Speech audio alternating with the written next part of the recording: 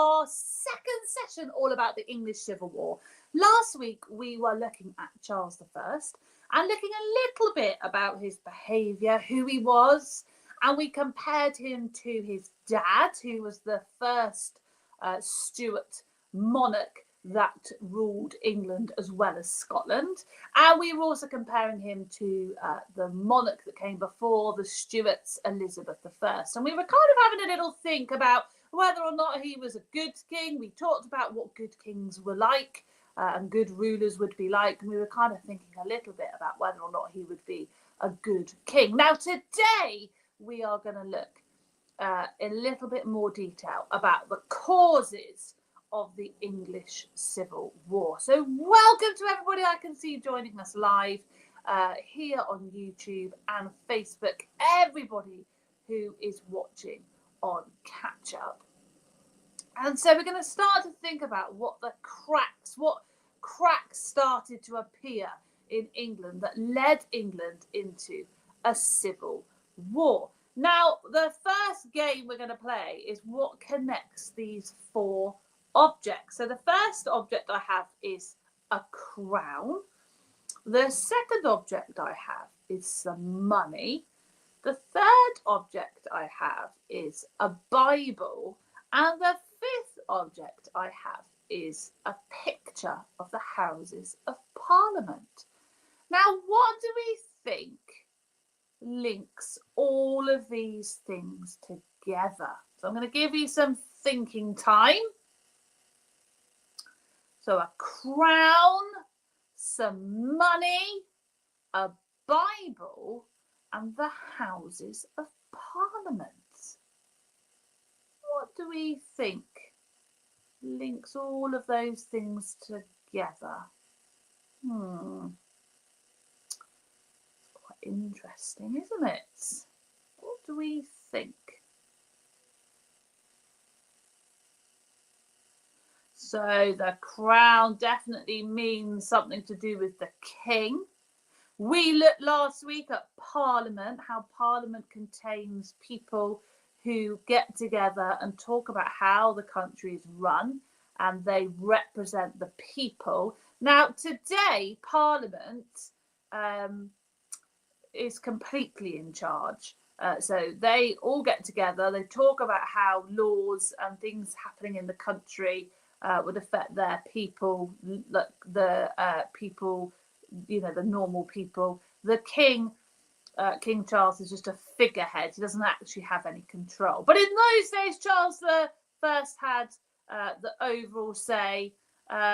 Some of you definitely remembering that he believed he'd been chosen by God, which is why the Bible was there. And the money, because lots of people always end up arguing about money, don't they? And that was one of the biggest issues between Charles and Parliament, was an argument over money. So Charles I needed more money for various things. He wasn't very good at balancing the books and making sure that all of the money was being spent wisely. And that was why him and Parliament fell out, because he went to ask Parliament to pass some new laws to make him some new money. So well done to everybody that worked that out. Well done to people that remembered that he believed he was chosen by God to rule. Now, what we're going to think about is, we've looked a little bit last week about his personality. We've looked at a couple of things that he did. But what we're going to decide today, we're going to look a little bit more detail at what actually happened to cause the English Civil War. And we're going to decide at the end, is Charles I really to blame? Is he really to blame? So it's very easy to look back in history and go, yeah, do you know what? He's definitely to blame. He was rubbish. He was useless. It was all his fault. Now, lots of questions were asked last week about what is a civil war. We're going to just remember that. So we're just going to go through it again. I said we would at the beginning of the session. So a civil war is where you have people fighting each other from within the same country. So when we talk about a war, we often think about a war between one country and another country. So, for example, during this time, there had been lots of, during the Tudor times, particularly under Elizabeth I, there had been lots of fallings out with France and with Spain. So if you go to war with France, you go to war with Spain, that's one country fighting another country. But when we talk about civil war, we're talking about different groups within the same country fighting each other. So you might have neighbours fighting neighbours because they are all arguing and fighting for which person or who they believe should rule the country. So obviously we have Charles I. He descends England into a civil war.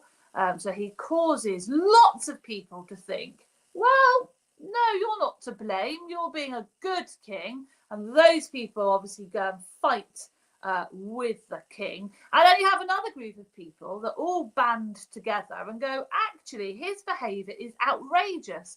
And Parliament are trying to stop his outrageous behaviour. And we're going to actually join together and we're going to fight against the king. And we're going to fight against his rule because we think he is useless and dreadful. And that is what a civil war is. So what we're going to think about is Charles I really to blame for us having a civil war? So we're going to look at lots of things that he did, and you're going to think about what did you think about his actions? So what do you think, looking back, about his actions? So the first one is that he becomes king in 1625 and he tells everyone he rules because God chose him. So he basically makes it very, very clear from the get-go, from the start, that he has been chosen by God, and therefore what he says goes, which is quite dictatorial, isn't really a good foot to start yourself off on. What do you think, therefore? Do you think having that sort of attitude made civil war quite likely? So we're going to decide out of 5. If you think that actually that behaviour was outrageous, you're going to go for 5. If you think that, well, kind of you're going to sit in the middle, it's a sort of maybe a 4 or a 3. If you think that no, he's just saying what he believes and it's not a big issue, then you might go for 2 or a 1. Now, the first thing to say is this isn't a good idea. This isn't a new idea. Many kings before Charles I believed they'd been chosen by God, including his own father. So it's no surprise that Charles felt the same. He wasn't making this idea up. But he made it very clear on becoming the king that he had the divine right of kings. So what do we think? We'll go for 5, 4, 3, 2, or 1. What do you think? Do you think this attitude, his arrogance, his rudeness, do you think the starting off on the wrong foot made him to blame for us descending into a war? What do we think? It's tricky, isn't it? So I think mostly we're going to probably think it wasn't really his fault. His dad's told him that he's been chosen by God. He believes lots of kings and queens have believed the same. So it shouldn't really be a deal breaker, should it? And it's not new news to all the people in the country because kings before Charles had said the same thing. It's a difficult one, isn't it? Some people, though, think that actually that is quite serious because you're already telling people you're not interested in listening to them. Now, in 1625, Charles marries a French princess who was a Catholic. Now, we know from the Tudor times that there was a lot of unrest about religion and what the official religion was, whether it was Catholic, whether it was Protestant. We have had quite a few years under Elizabeth and under Charles's father James. They are all Protestant. We've had quite a lot of religious stability.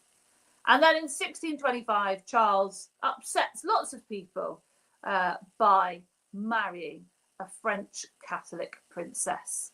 Now, at the time, people were worried that it would cause lots of religious unrest. People were highly religious in those days. Most people followed Christianity, and lots of people were worried that Catholic ideas were coming back. Now, people believe he did marry her for love.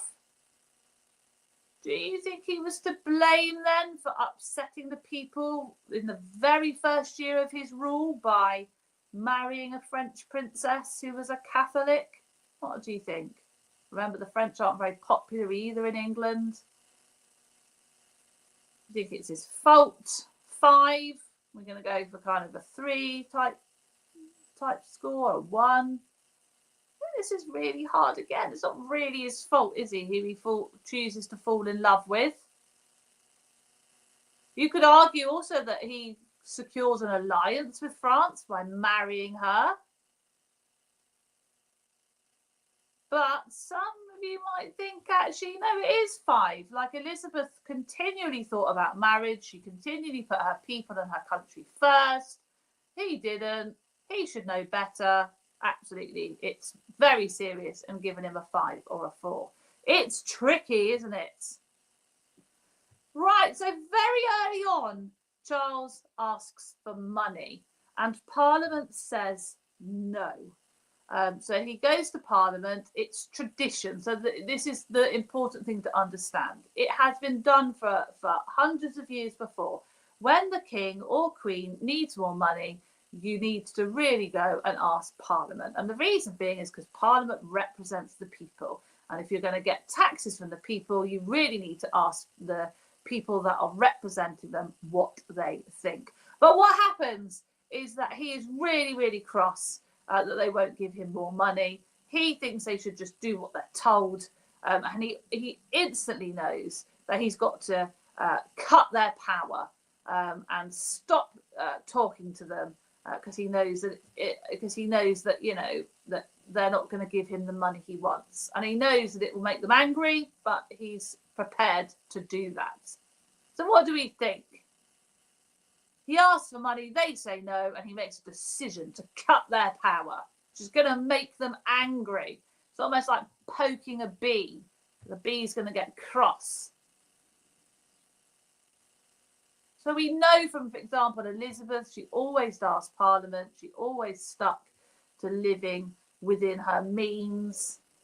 I think probably most of us are going to go for 5, aren't we? You know, you've got to listen to others. We all came up with that idea last week. That's a good ruler. You need to listen to others. Most people are going to go for 5 or a 4. That was pretty serious. So how he pokes the bee to upset it is in 1629. He says to Parliament, you know what, you can just all go home. All the people that are sitting in Parliament representing the people. He says, you know what, just go home. I don't want you. I'm not going to ask your permission for anything. I'm ruled by God. I have God's permission to rule. And he rules alone for 11 years. Now, it's known as the 11-year tyranny. So tyranny means sort of if you're tyrannical, it means that you're sort of power hungry and mean. So basically, Charles needs the money. He starts to tax people without their permission. He has none of Parliament's permission, but he just sends them home. So it's a little bit like if you ask your grown-ups for something and you know they're going to say no, it's a little bit like just doing it anyway and not telling them, and then them finding out. They're going to get cross, aren't they? So if my eldest said, could I have some biscuits? And I said no because we're about to have dinner. But if I sort of realised he'd eaten lots of biscuits after I'd said no, and he hadn't told me, maybe I might get a little bit cross. But this is really big. He starts to put taxes on people. Parliament have not been told. I think we're all pretty much saying this is a 5 or a 4. Pretty serious, isn't it?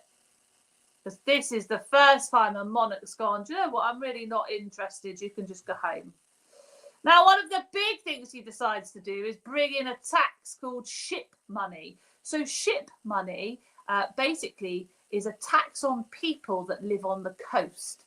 And during wartime, they can be taxed for ship money so they can build extra ships to protect them in wartime. But what Charles does is he goes, right, what random tax can I bring in? So what he does is there's no war, we're not at war, there's no threat to England, but he brings back ship money. So he makes everybody on the coast pay and says, well, you need to pay this tax, this ship money, even though we're not at war.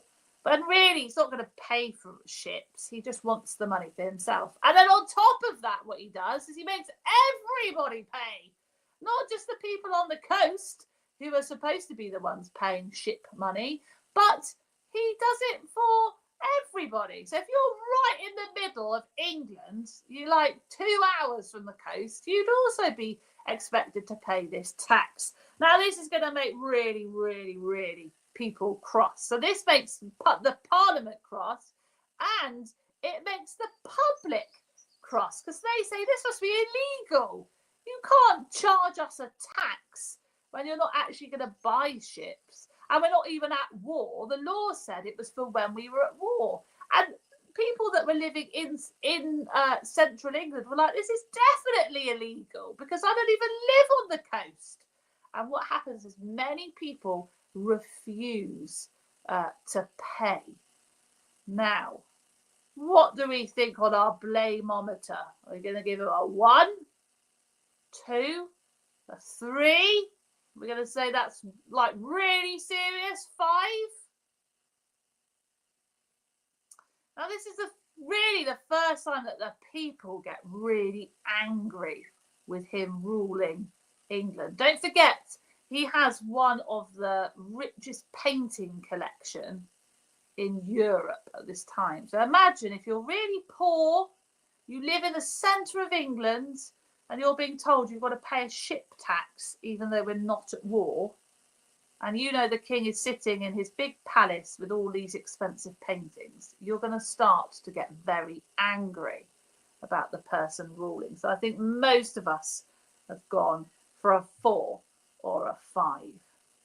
Now, Charles then starts to think, right, what can I do to earn some more money? So he starts to sell noble titles to anybody who can pay enough money. So if you fancy, I don't know, being the Duke of Devon or the Earl of Northampton or the Duchess of Kent, if you've got enough money and you can pay Charles, then you can have that title. Now, we tend to bestow titles like Sir onto people for the good work that they do.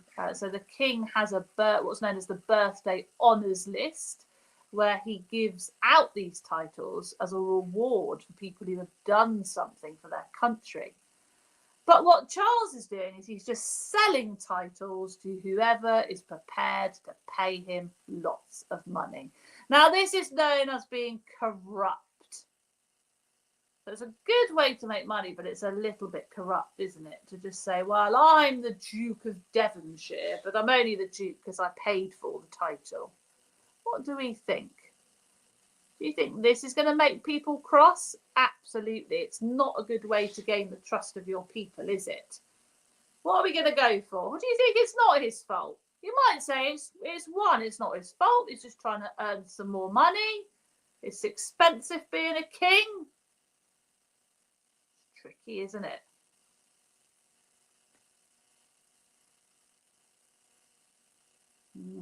Most of us, I think, are going to go for a 4 or a 5 again. Now, Charles and the Archbishop, so the person that's at the head of the English church, at this time it was Archbishop Laud, and they decide they're going to make churches nice and fancy. So they put more decorations into church.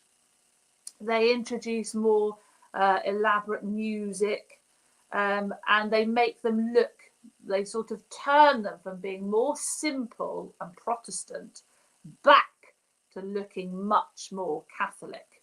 Now, many people think that this was the influence of Charles's wife, turning him more Catholic. People wanted a simpler Protestant church, and here we have Charles turning the church into these more fancier, grander places of worship. So again, this makes, you know, in some ways, I think we're all going to probably go for 5 because it's really unnecessary, isn't it? You don't need to do it, but it makes people really cross, and it makes people think he can't be trusted. So I think we're probably on this one going to be around a 4 or a 5, aren't we? Because do you know what? It's pretty obvious that he can't be trusted, because this isn't even important.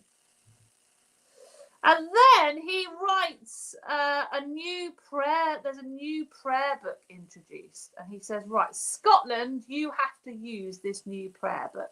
And Scotland say, well, we don't want to. And he says, tough, you're going to have to. You're going to use this new prayer book. It's based on the English version. We've been using it, and you're going to have to use it too. I'm the King of Scotland.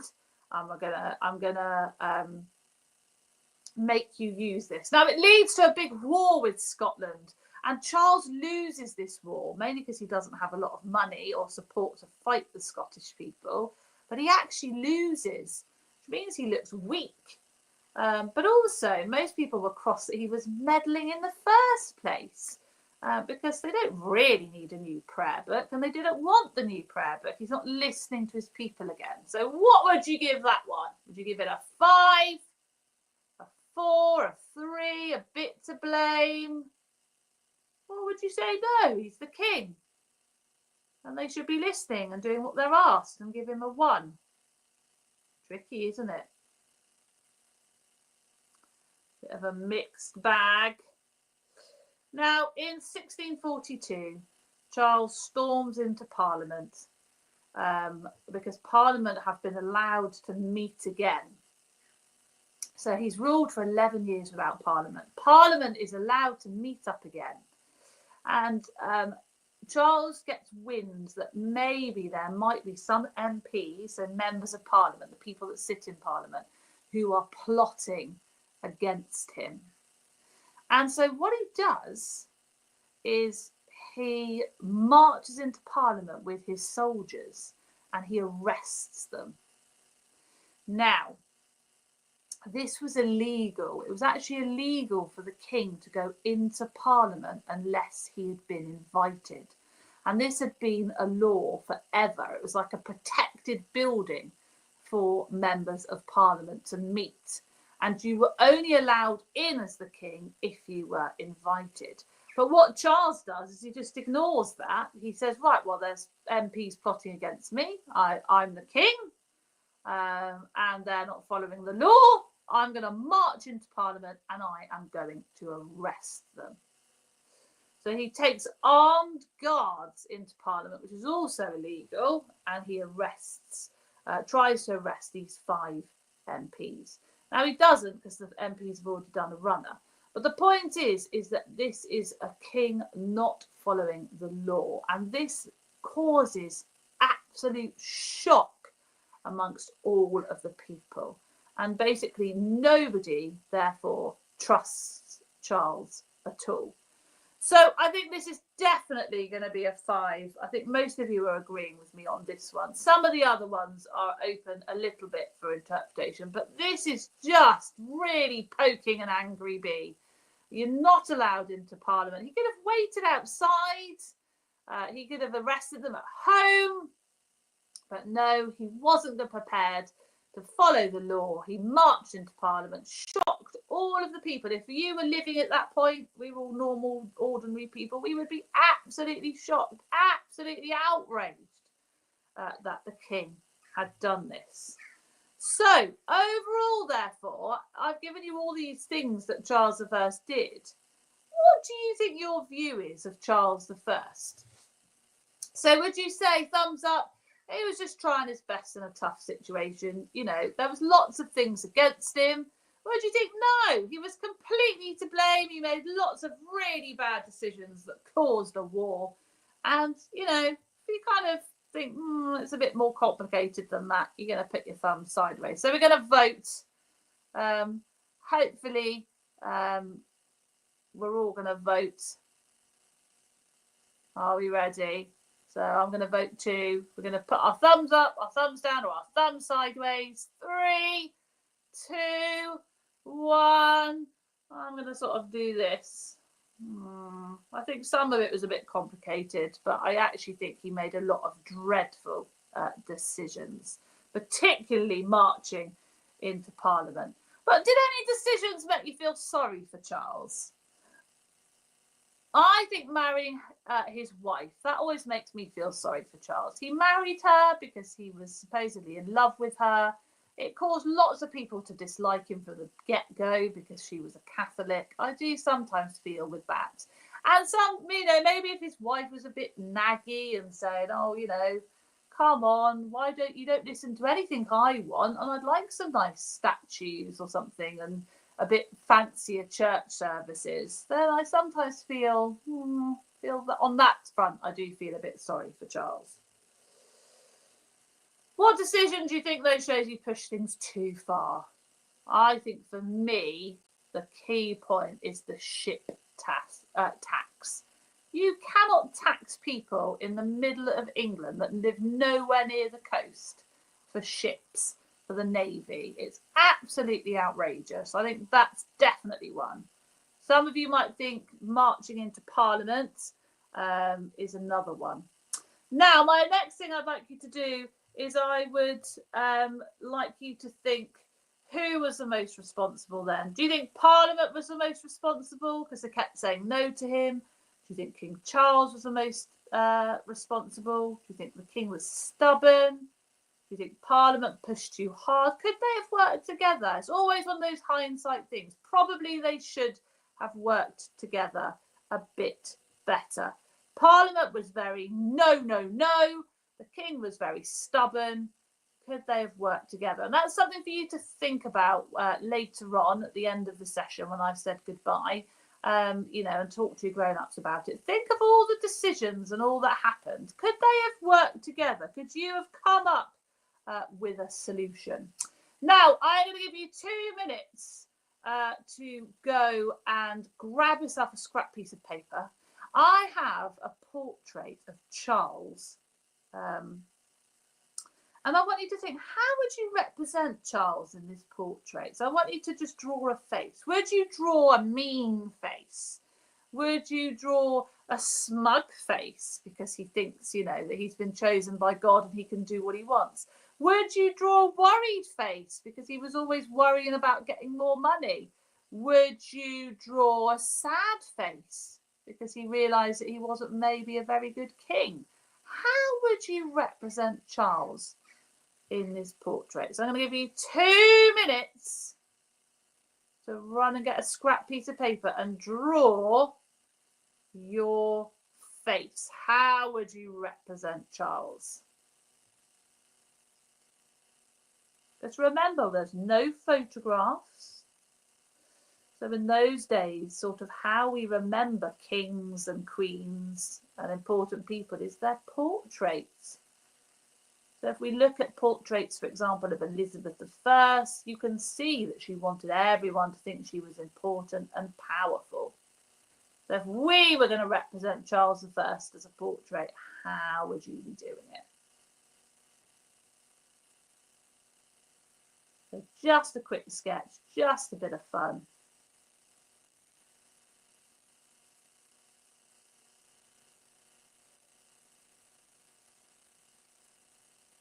Maybe 1 more minute. You can share these over on Facebook later in the group if you'd like, of what your image, your portrait looks like. Mine would be a bit like, ooh. because I just don't think he knew really what he was doing. I think he was, I do think that sometimes he made really rash decisions, didn't really know what he was doing. Or maybe he did. He was just really arrogant, thought he knew better. It's a hard one, isn't it? Right. Now, on portraits, usually there's lots of symbols sort of drawn around the portraits, and the symbols are drawn in order to represent things. Now, if we were going to draw a fair representation of Charles, so you might have, chosen a mean Charles or a smug Charles. I think that I'm amazing at everything and I don't need to ask anyone for help. But if we were going to show Charles for exactly who he was definitely a bit power hungry. So what symbol would you add to show that he was power hungry? What would you use? So you could do a quick drawing of what symbol you would add to show that he was power hungry. What symbol would you add to show that he was power hungry?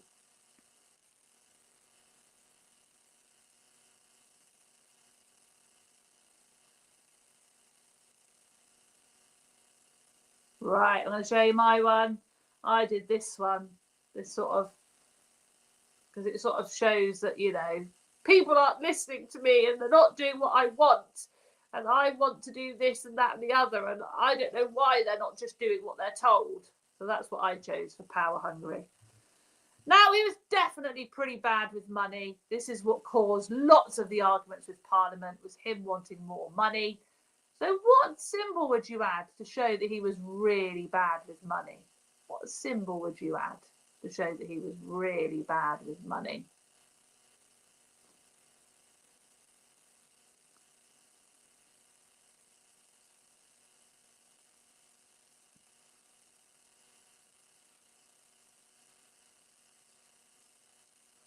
You could maybe do a smiley face, but with, like money in the eyes. I did this. So mine was a treasure chest, but with a cross through it. So that was the symbol I was going to add to show that he was bad with money.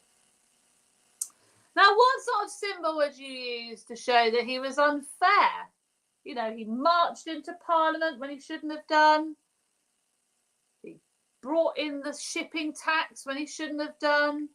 What sort of symbol would show that he was unfair? What do we think? What sort of symbol would show he was unfair?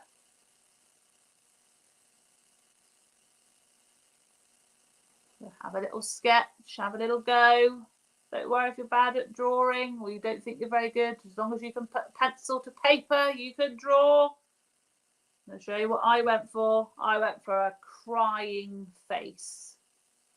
So I went for a crying face. Did anybody else do that?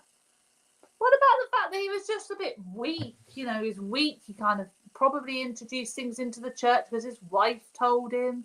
He was out of touch. So when we talk about somebody being out of touch, what we mean by that is that they don't really understand the normal people. We often still use this word to describe the monarchy, or some people do use this word still and say, how can the king, with all his riches, understand what life is like for the normal person? So what symbol could you use?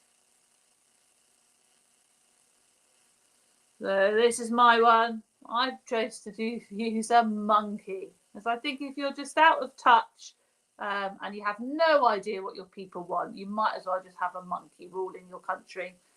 So that's why I chose a monkey. Because monkeys sort of almost, they're always a bit silly, aren't they? Well, we give the impression to monkeys they always, a bit silly and they clown around. So if you've got somebody that's kind of weak and out of touch, it's almost like they're clowning around. So I chose a monkey. And what about the forcing of the religious changes? So making Scotland have the prayer book that they didn't want.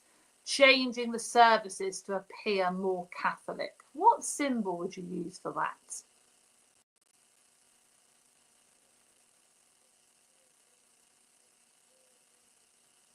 So I thought long and hard about this one because he introduced more sort of music and made the services a bit more fancy. I chose a bell, so I used a bell for my one.